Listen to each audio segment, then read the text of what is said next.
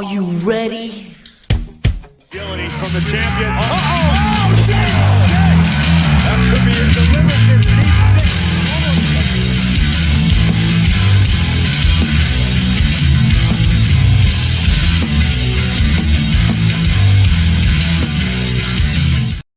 Are you ready?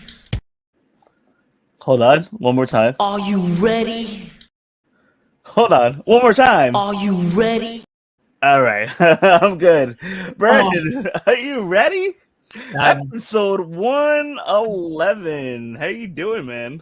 111. Oh, we love the angel number to start it up. I like it. 100 official podcast episodes. Thank you so much for joining us today. It is Wednesday, 1:00 p.m. So for those of you guys that are on lunch right now, hang with us for a few minutes. We ain't going to be that long. We have some WWE Backlash predictions for you coming up this Saturday live on Peacock Network starting at 1:00 p.m. this Saturday live from Lyon, France. So I'm excited, and let's get to it. Why don't we? A pretty much straightforward show for you guys. Things are heating up. Go home show was pretty decent on Raw. I'm feeling a little excited about this week. It's gonna be a good show.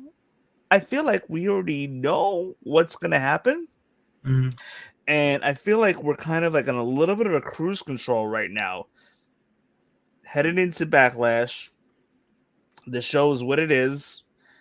And then starting this next Monday, just 5 days from now already, that's where the soft reset button is going to be hit with new feuds, the NXT call-ups. So that's where I really feel like the day after Backlash coming up this Monday is going to be where we're finally going to be rolling into the plans of everything between now and next year's WrestleMania. I feel like we're kind of on cruise control. You kind of have that feeling a little bit.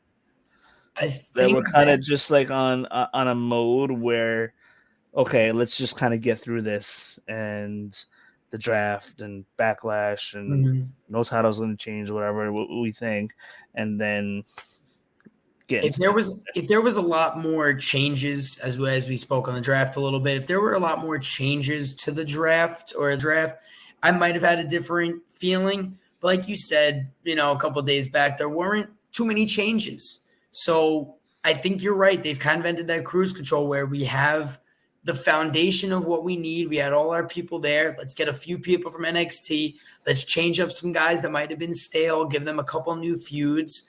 But like you said, I think that not too much moving pieces creates that cruise control. And now it's going to be setting up the international shows, setting up for a big SummerSlam, setting up for bigger stuff to come.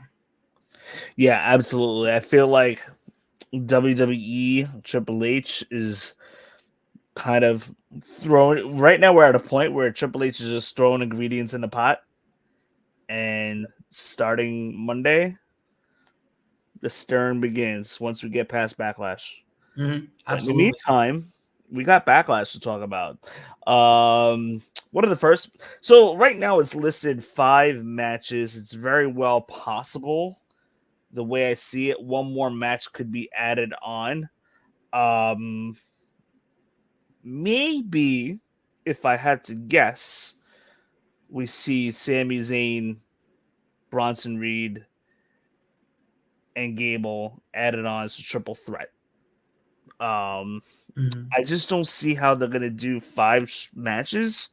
I feel like there's a 6th one that's going to get announced. And if they do that, I feel like that might be the match they do announce. What are your thoughts? Can they add another match or 2 to this? 5 matches, say each match is able to get about 20 minutes with entrances, takes another 30. That's still only about 2.5 hours. That is a very light show for them. So I do think 6 matches at 30 minutes a clip does sound a little bit more right and get a 3-hour show. So it's very possible they I don't know what else. No, that's well. Is there anything else on SmackDown? Like, is there anything that they could really get into? And I don't think. No, we already have that. No, I can't. Like, I can't really think of anything SmackDown wise, but that's the only way to build it, I guess. So it's tough to have Raw competition come on to SmackDown and create a match. I think they would have created it tonight. Yeah. I guess we'll see. Yeah. We'll have to see what happens out of SmackDown, and go from there. It's a little too late to.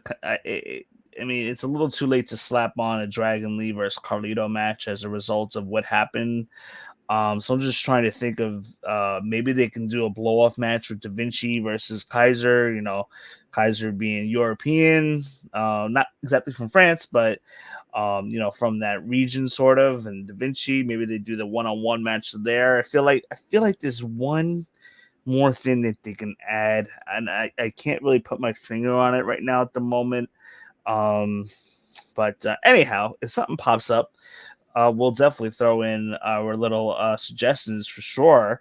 But the first match we're going to talk about is Randy Orton and Kevin Owens versus the Bloodline, Solo Sikoa and Tama Tonga. The Bloodline's been slowly heating up. Paul Heyman is he even though he's part of the Bloodline, Paul Heyman kind of like scared of Solo and Tama Tonga in a way. Like of the things that they're gonna do or about to do. Solo and Tama Tonga especially has basically come and run roughshod on whoever he crosses paths with the past couple of weeks. And we saw that with Kevin Owens, all bloodied up. Mm-hmm. With Tama Tonga new on the scene and this kind of revised edition for Bloodline, doing its thing until Rock and Roman come back, I feel like Bloodline has got to get the win here to keep the momentum behind them and keep them very important and feel like that dominant team again. Coming off the heels of WrestleMania where Roman lost, so Solo is kind of like taking the torch away in a way and making all his decisions without Roman. And we saw 2 weeks ago Paul Heyman stomping on we saw Solo Sikoa stomping on Paul Heyman's cell phone, cutting off the communication between Paul Heyman and Roman Reigns, basically as a sign that Solo Sikoa being like, I'm taking control now. Yeah. So there's been momentum. I think they got to get a win here over Randy and Kevin Owens. I think Bloodline would benefit more as far as like the long-term story building. What do you think? No, I couldn't agree with you more. If Roman was expected back in 2 weeks or so, if they were able to not turn Solo into a loser right away, obviously, but if they were to have Solo lose and then come back and there was some heat, Roman Reigns coming back and there was some heat between them, maybe it makes sense, but we are not expected to see Roman for a while now. So now, like you said, it's going to have to be the Bloodline is going to be carried by Solo, and I think Solo gets the pin. I think Thomas sets it up. They probably have a move together. They do something. Maybe they'll do a double throat, the throat spike, get that going. Doesn't matter on who, one of them. But it does look like Kevin Owens is getting picked on more, so maybe you bury Kevin entirely by this. But I'd say probably a double spike to Kevin. Solo gets the pin and shows just how dominant he really can be in the WWE against one legend and an up and coming legend. Solo Sikoa definitely can in this match. Solo's got to get the pin out of the two of them, Tama Tonga and Solo. Solo needs a little bit more to kind of recover himself from a long losing streak, even though he was made important all throughout and featured prominently. He took a lot of losses, so he needs to win here. He needs to get that pinfall to kind of further build the bloodline and make them a little stronger. And I have a feeling. Let me ask you first: does anybody show up here during this match? Because I don't know, in typical Bloodline fashion, and with Orton and being Kevin Owens being over, and on paper you're looking at the two of them versus Solo and Tama Tonga. You're picking Randy Orton and Kevin Owens all day. But based on how the storyline's going, I really feel Bloodline gets the win, but maybe with some help. I don't know. Maybe we hear music and nobody comes out. That could be another thing too. I don't believe Jimmy was actually. I don't think he was drafted either. So I don't know where we're going. I don't know where we're going with that, but that might be. I think we have to see Jimmy, because he was not drafted in the first in these two nights at all. Again, like I said, a little bit that they do draft other people after the shows go off, so it's possible we see him pick somewhere. But if he's not picked at that time, that could be very big of him not being included in the bloodline. Can go either way. So I do, that changing my answer now that I thought about that with Jimmy not being drafted. I think we see Jimmy in that match, and I don't know how, but I think he gets somewhere involved with it. Is it possible that we get a debut superstar that we haven't seen on television yet? A possible Jacob Fatu? Maybe they send him out to France, because I did not expect we were going to see Solo out in international waters either, and he was out there. So it's definitely possible. But do they really add so many new people to the bloodline so quickly? Do they really think to add two people in a month's time? My idea behind that is to kind of justify why, because I don't think you have Solo and Tonga win clean here. Mm-hmm. So if they're not going to win clean, it would probably be because somebody comes in. Right. Maybe, to your point, Jimmy Uso does come out looking to distract Solo and Tama Tonga, but maybe also distracts Kevin Owens and Randy Orton as well. They don't know what Jimmy Uso's intentions are. Mm-hmm. So why is he out there? Yeah. So he could very well play a factor too. And I could easily hear Michael Cole saying something along the lines of, "Oh, Jimmy wasn't even drafted. What is he doing here?" Something along those lines. And like you said, both teams are confused on why he's there. And like you said, it's not a clean win. Something happens. But that's my guess, is we don't hear anything about Jimmy getting drafted anywhere. We see him, and Michael Cole blurts that line out, and he affects somebody. That is amazing how Jimmy did not even get drafted. Mm-hmm. And Jay was number one. Jay was number one. The Kabuki Warriors versus Bianca Belair and Jade Cargill. Personally, no reason to not give it to Jade and Bianca. I think they have such a huge just draw, and I think the WWE Universe loves them. So I don't think there's a reason not to change the belts. I think that it's a good way to keep the tag division open. It's a good way to get, Jade and Bianca together. And it's a really good way to hype up Friday Night SmackDown just a little bit more, because both of them were drafted to Friday Night SmackDown. Yes, the belts can go anywhere, but I think they need a home. And I think that SmackDown would be a really good home and still keep the Damage Control together in Raw without the pressure of the belts. Yeah, I mean, I really didn't give this much thought, but I have a feeling, looking at this, I mean, unless it's some shenanigans, Bianca Belair and Jade Cargill are basically poised and been set up to be tag team champions here. but Dakota Kai is also very poised to come in and, as you said, create shenanigans. Yep. So which she is So the it's almost shenanigan like doer. 50-50. Yeah. Now, this would also be a good excuse for if they want to put Jade Cargill on Raw, every once in a while to float around.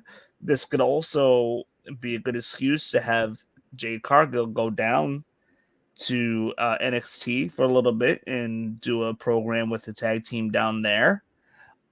This way she can get some reps in at the performance center and work on her in ring. It would give her, you know, it would give her floating around, and they could go swing by Orlando, NXT, get some reps in, and work on that, and they could spend a couple weeks down there if they wanted to.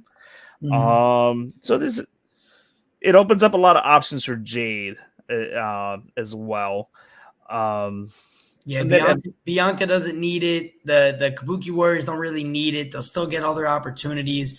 It's really that decision of, does Jade Cargill get a belt this early, and do you want to push her to the next level, give her that belt, or like you said, give her more matches in multiple locations, because she's a draw. That's the easiest way to describe her. People want to see her.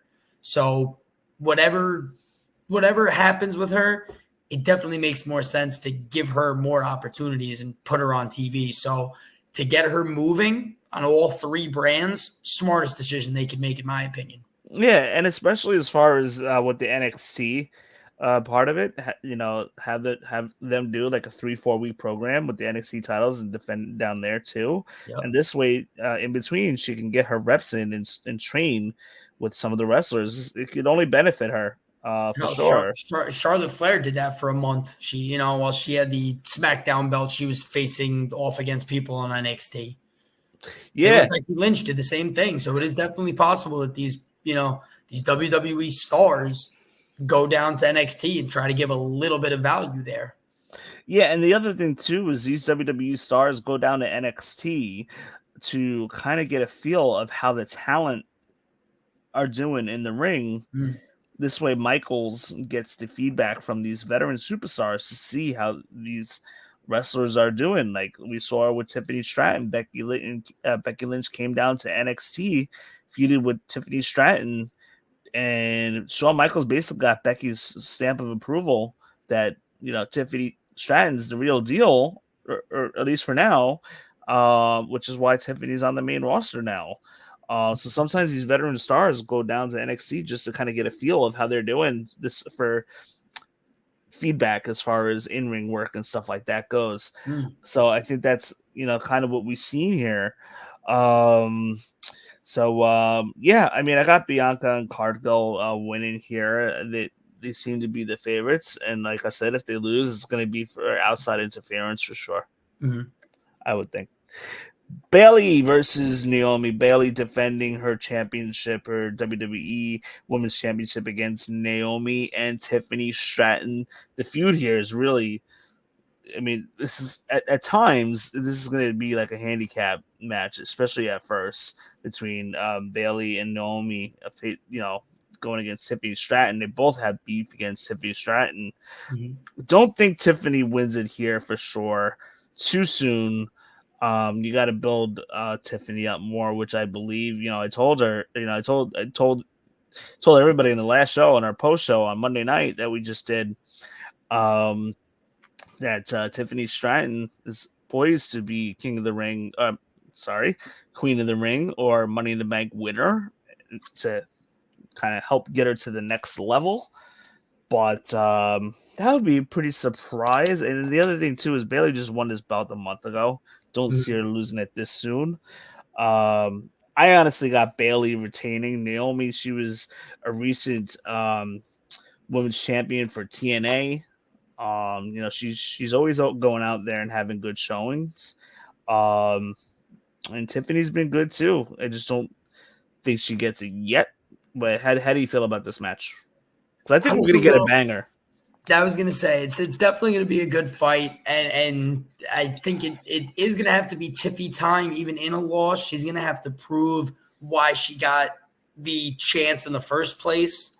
So that's going to be a very it's going to be very big for her to at least prove why she's in that squared circle, why she's there with two champions in their own rights in the past and now present. I think, again, it's a draw, and a lot of people are saying that giving the belt to Bayley was a bad decision. Do I think Naomi's a better decision? I don't know just yet. I don't think just yet it's better to get it to Naomi. Some people, like I said, think that they made a mistake giving it to Bayley. So I'm indifferent of where the writers go with it. I think they give it to Bayley.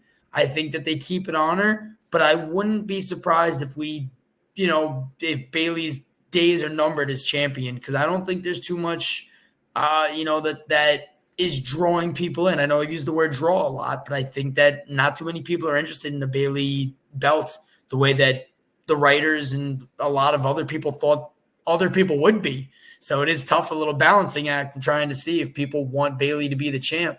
And I think people are just indifferent about it. So I think she comes out with it, but she's going to need a really stellar showing. Like, she's going to have to get a lot of cheers from France to make him come all the way back to the U.S. Oui. Damian Priest will also be defending his championship, the World Heavyweight Championship that he won at WrestleMania 40 in the opening match of Night 2, defending against Jey Uso. I'm excited about this match. Mm-hmm. I really am. The feud's been built pretty well, as we saw that Raw went off the air on Monday night, basically with Damian Priest and Jey Uso face-to-face, with Damian Priest holding the belt in the air.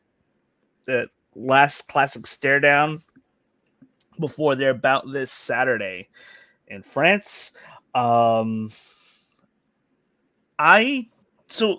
The past couple months, I've been struggling a little bit as far as with all the chaos, the injuries, and everything that's been going on. The World Heavyweight Championship belt's been a little bit harder to predict these last couple months with different pieces. WWE was backstage scrambling, hoping and praying to God that Seth is going to be okay through WrestleMania. But yeah, I don't know really how long Damian Priest holds on to this belt, but I think he holds on past Backlash. What do you think? It is like, I don't think that, I think the era of a guy holding a belt for,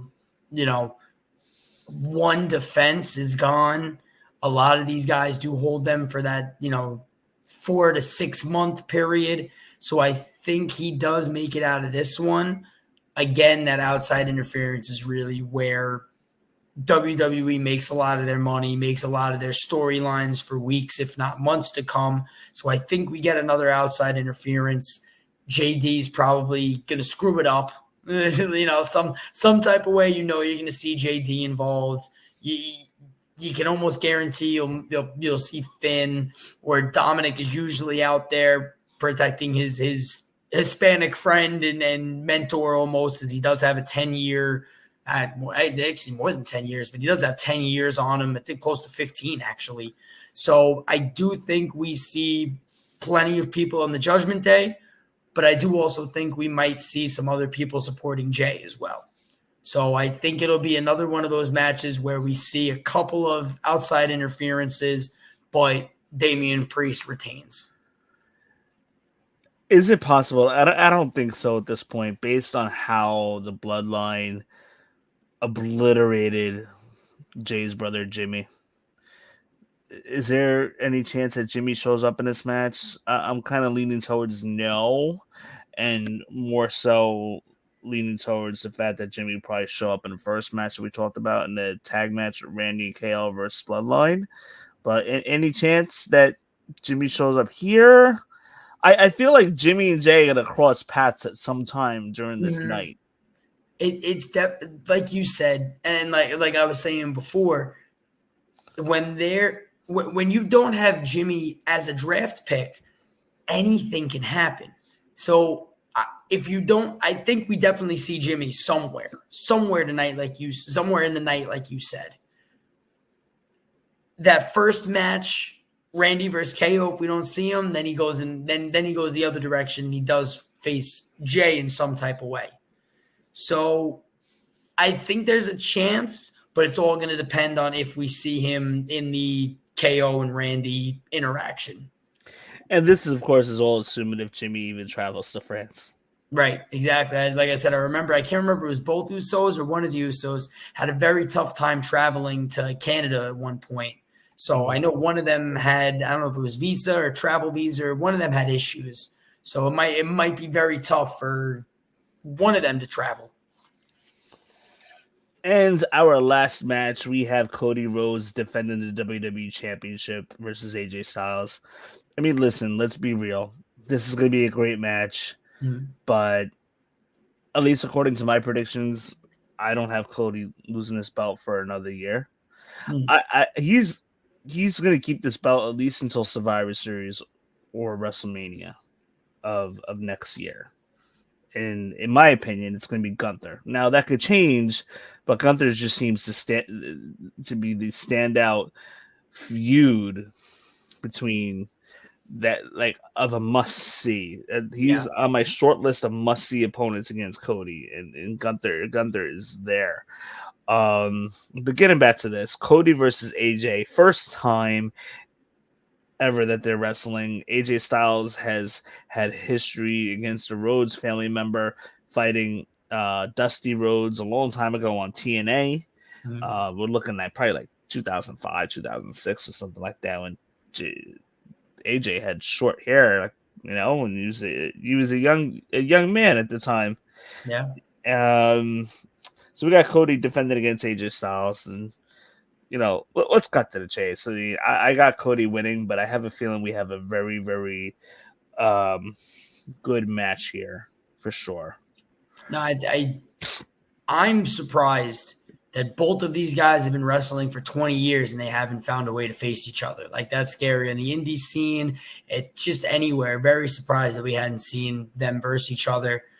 But I think that they did the right thing with the contract signing, where, you know, they both showed respect. They both said, you know, they're classic back and forth.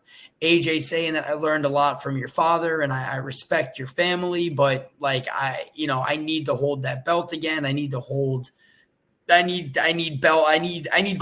is basically the way AJ Styles said it. And Cody was just, again, another respectful guy that said, I know you're many years in the industry, but I've had many years too, and I want this gold as well.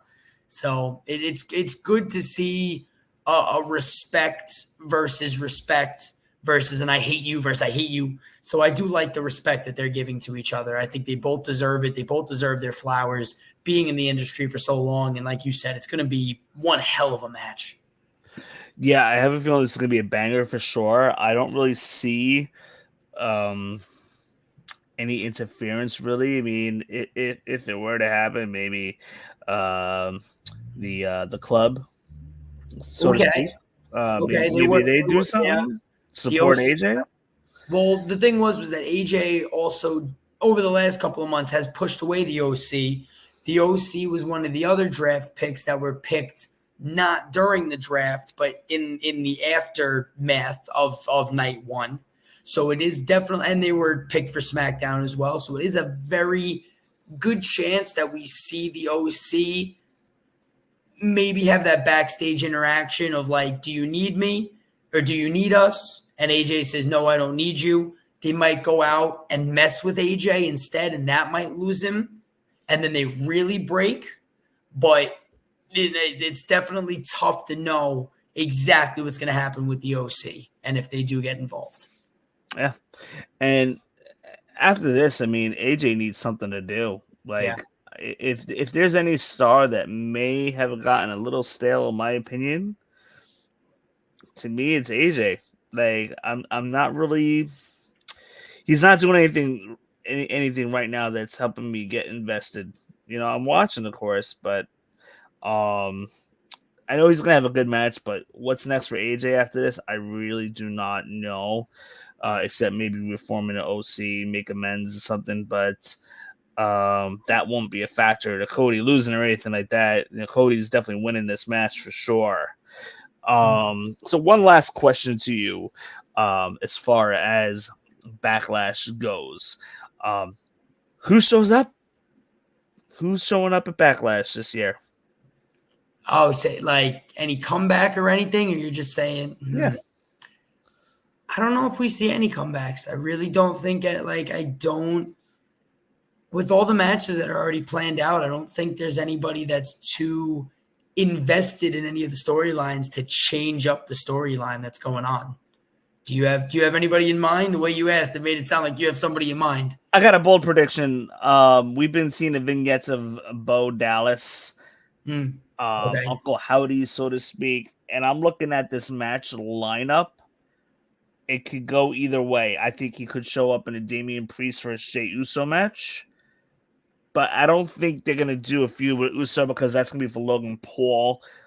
So I'm thinking that he starts something with AJ Styles, interferes, yeah, and then Now that we're talking, and then Cody wins, but not the way that he wants to win. Maybe the OC comes out, and then the OC is doing something, and then we get that Uncle Howdy, Bo Dallas, and then we are able to get an AJ Styles and the OC versus Bo Dallas, and I forget exactly what the name of the group that they're trying to put together. Wyatt Six? Yes. So I think we might see a little bit of the Wyatt Six grow into that, and then we can have a real 4-on-4 type of, faction war. Not going into war games, but at least we have another faction versus faction. Talking about comebacks, what do you think about the possibility of Alexa Bliss coming back? I hear she's been training. I hear she's looking good. And I've heard she's just about ready to go. What do you think? Who took her out? Do you remember who took her out?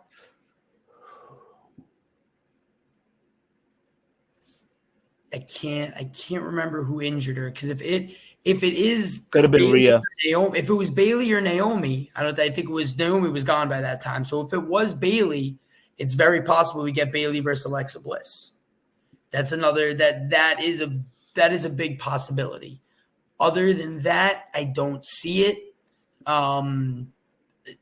Unless, like I said, the OC gets involved, and then we are able to get Mi Chin, who we haven't seen wrestle in a long time. We get Mi Chin versus Alexa Bliss. We get Uncle Howdy versus AJ.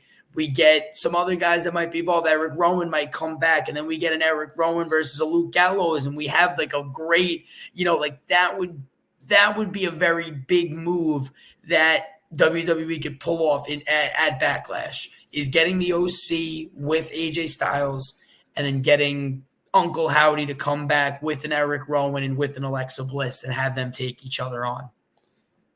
And then we avoid AJ Styles getting stale. Yes, I 100% agree. We've been seeing these pop-ups of Uncle Howdy and like the glitches on the screen. We know where that's headed. And we just saw one Monday, so I think, yeah. So I think that payoff is. I think the payoff comes this Sunday. I'm sorry, this Saturday. Mm-hmm. And I think it would probably be directed towards a particular star. I think that might be AJ Styles.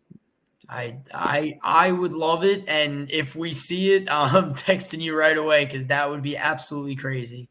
Yeah, I mean, it's kind of like a prediction from left field, but not really, but kind of. Yeah. So we'll have to see what happens there. I wish the Miz was somewhat into this, because Maurice is the only French star that could make an appearance. So they probably do a backstage, and we might be able to see Maurice, and the French crowd will go crazy. So I think that'll be my, not exactly a return, but there will be something backstage where Maurice is involved and the French crowd goes crazy for her. I can see that. So maybe they do kind of find a way to even do another match with like Miz and R-Truth versus another tag team, kind of like a squash thing, but they might throw them on as an extra match or something. Yeah, or with Maurice being in town. Could we get the belt versus belt, and we get A-Town down against them? and then we hear Maurice's music, and she's the reason that R-Truth and Miz win. Huh. I would love to see another belt versus belt, but I mean, they really only save those for the Survivor Series and everything. Yeah. But like I said, that'd be mine. I would love to see, the crowd in France go crazy for Maurice. As far as the WWE Backlash goes, there is a chance. I've been working crazy hours. There is a chance I will not be watching live. So hold up for the spoilers. Ask me first if I'm watching. I'm in that realm as well. I work crazy hours, but I'll probably be watching from like 4 on. So after Backlash is over. So probably about 4:30, 5 o'clock, I'm going to tune in. Just a lot going on this weekend, so I'm not too sure if I'm going to get to it either Saturday or Sunday. But that being said, we'll have an announcement on our Twitter, on our social media platforms as to when we will do Backlash post-show. We will let you guys know when that is if we do it, but the plan is that we will do it. We just don't have a set time yet. Could be Saturday night, could be Sunday night, not sure. So guys, stay posted on that. Those of you guys that are watching, make sure to give us a like, subscribe, share this with your friends. These are prediction shows. I think this is one show we pretty much nailed down as far as winners and losers here. I think it was pretty easy to do that, but we get a lot of predictions right, and don't be surprised if the things that we mentioned actually happen, like Bo Dallas showing up, almost said Bray Wyatt, and maybe like an Alexa Bliss, some kind of return to add a little excitement and buzz to this pay-per-view, because quite frankly, there's not really a whole lot of buzz. Nope. So that buzz has got to be generated from somewhere. So I think that's going to be in a comeback. So we'll see if that happens. Those of you guys that are watching, make sure you guys like, subscribe, share this. And Brandon, thank you so much for hopping on again with me this week. And we'll see you in just a short 10 days for the next Raw post show. Was that 10 days? No, 12 days. So not this Monday, but next Monday coming up for another post show. We'll be looking forward to that. And in the meantime, guys, thank you so much for watching, and we will talk to you guys soon. Have a good night. Agility from the champion. James 6. That could be it. Delivers this